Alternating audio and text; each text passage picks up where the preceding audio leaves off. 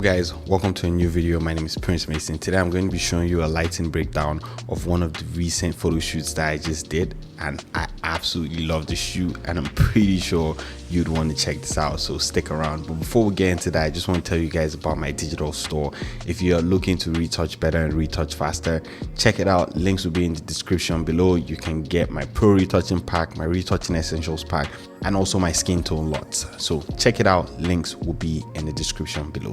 For this shoot, I used 3 lights. 2 of them were the Zhiyun Molus B500 lights, bicolor lights, and I absolutely love them, and they played a major role in getting this look. And then for the 3rd light, I used the studio strobe, the Godox AD600 Pro. That is one of my go-to lights all the time when I shoot in the studio. Without further ado, let's get straight into the lighting breakdown, and I'll show you step by step how you can achieve the same results.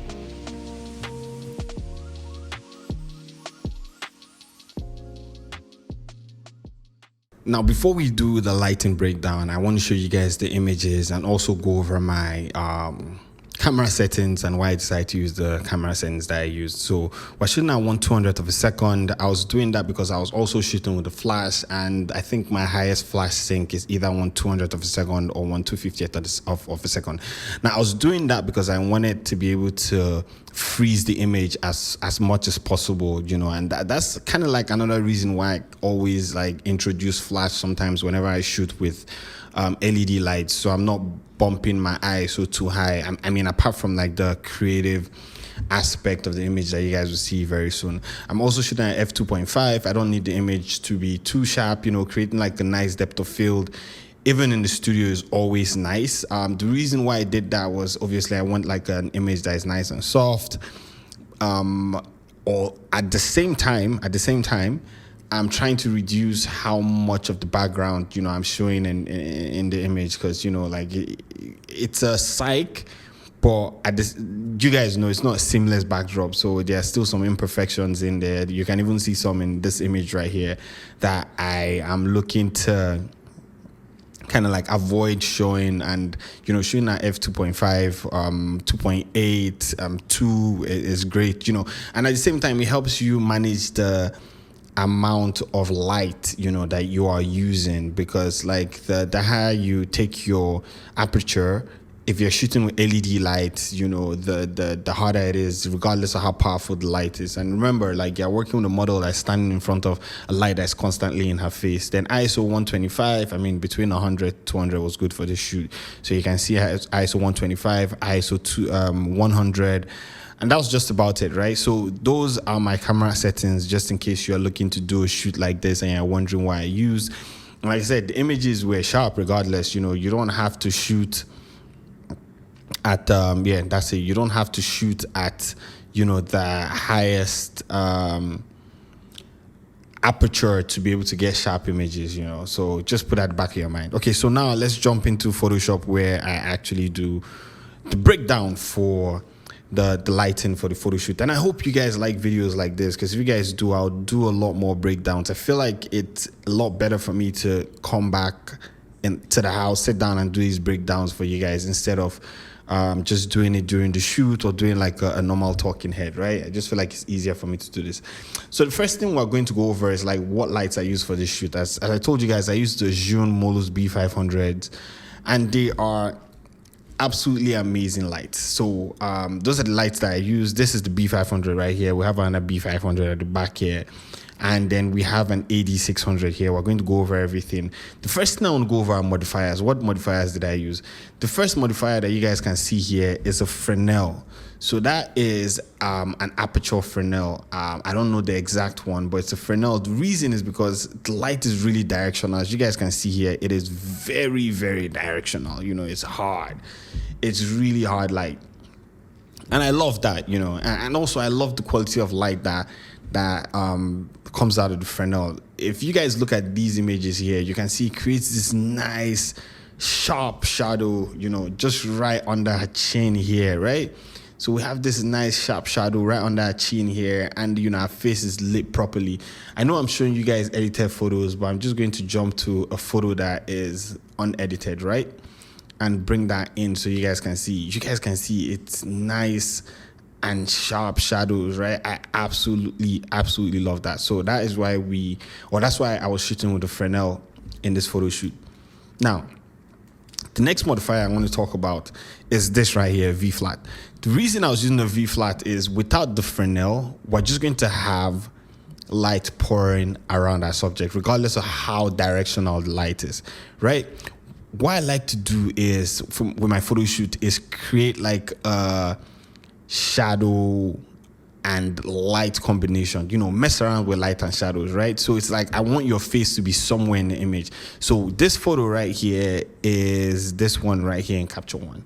So let's go down to the other photo, which is this photo right here, right? This is the edited photo. So what I'm trying to do is get your attention. I want you to be around the face. Like when you look at the image, the first thing I want you to see is her face. I want you to see her face right here. And that's why I'm doing that. So what that V flat is doing is blocking the light that is coming here, because without that, this box is going to be very bright. Everything here is going to be extremely bright. So I'm blocking the light that is hitting. At the same time, I'm focusing the light down here to the side.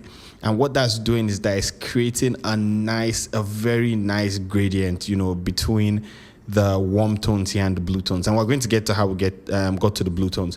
Another thing is I was shooting at the lowest Kelvin possible on these lights. So that's 2,700.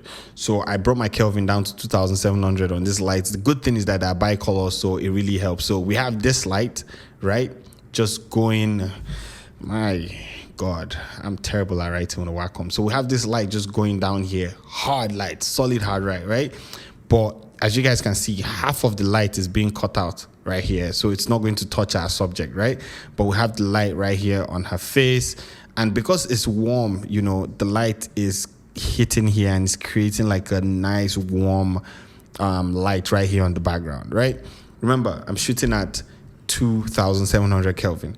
Now, I have another light that is coming from back here and hitting her hair. Like I'm just going to make that as long as possible. So it's coming all the way here and it's hitting her hair. Both of these lights were at full power, by the way. And this too is at 2,700 Kelvin. So those are the two Zhiyun Molus B500 hitting our subject, right? One thing I love to do in the studio a lot is bounce light. Now, this light right here, the other Molus at the back, this B500, this Zhiyun B500 right here, this light has a reflector cone on it. It's the reflector cone that comes with the light. So I did have a grade on it, but it reduced the power by a lot, so I just took it off, and that's just like hitting our subject here. Then if you're wondering how I got the blue teal gradient at the back, it's this 8600 here. So this 8600 has another reflector cone on it, and then it has a gel on top of it. So that gel is just bouncing light up at the ceiling. So it's just bouncing light up at the ceiling. The studio is white, by the way. If you're looking for a studio in Toronto, check the studio out. It's Thai Studio. I'll link in the description below. Jesus, I can't talk anymore. But yeah, so that is this light setup. It is very simple, easy to do once you have these modifiers. Remember, sometimes you don't have to always shoot with softbox and all that. You can just mess around with different things that you have in the studio, other types of modifiers that would really bring out the image and really tell the story that you're trying to tell. Right now, we want something that is, seductive, but still bringing like we're trying to show her shape, the shape of her face and all that. And that's why we're using hard light, right? So it's like we're trying to show all her shape, her curves and everything. And hard light does that for you.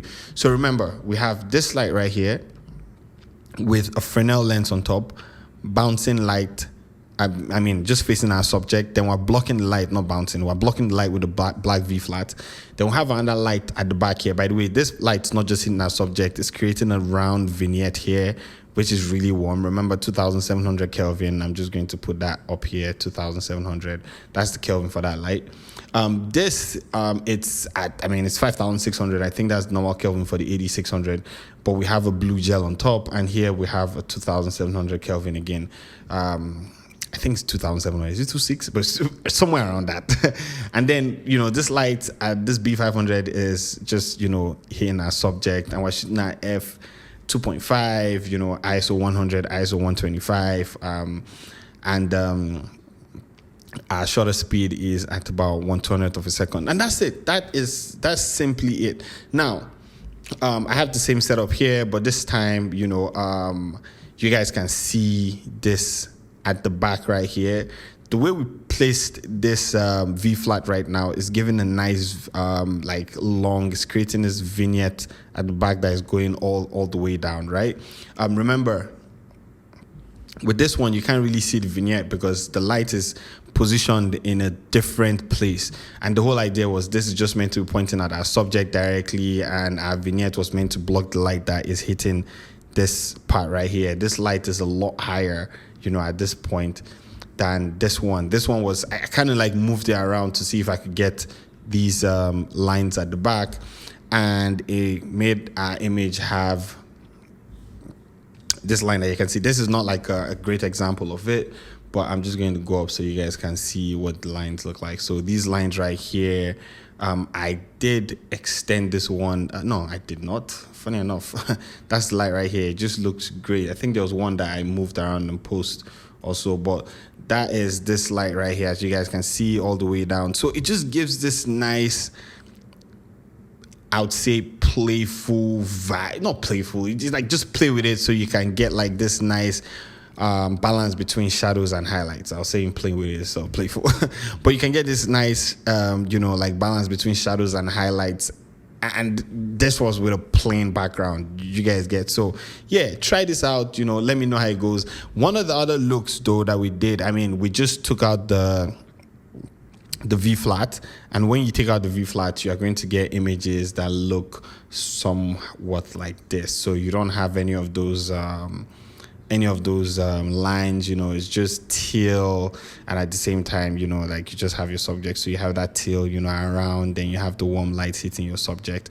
So that's about it. That is our light setup. I hope you guys absolutely love videos like this, breaking down my light setup for shoots and showing you guys the gear that I'm using. By the way, the camera I used was the R5, and I shot with the 85, the Samyang Rokinon 85 1.4. It's a lens that it's the RF version. I don't think they make that lens anymore, or I don't think they're allowed to sell that lens anymore. And also, sorry about the quality of this. This is kind of just a screen grab from the DJI Osmo Pocket.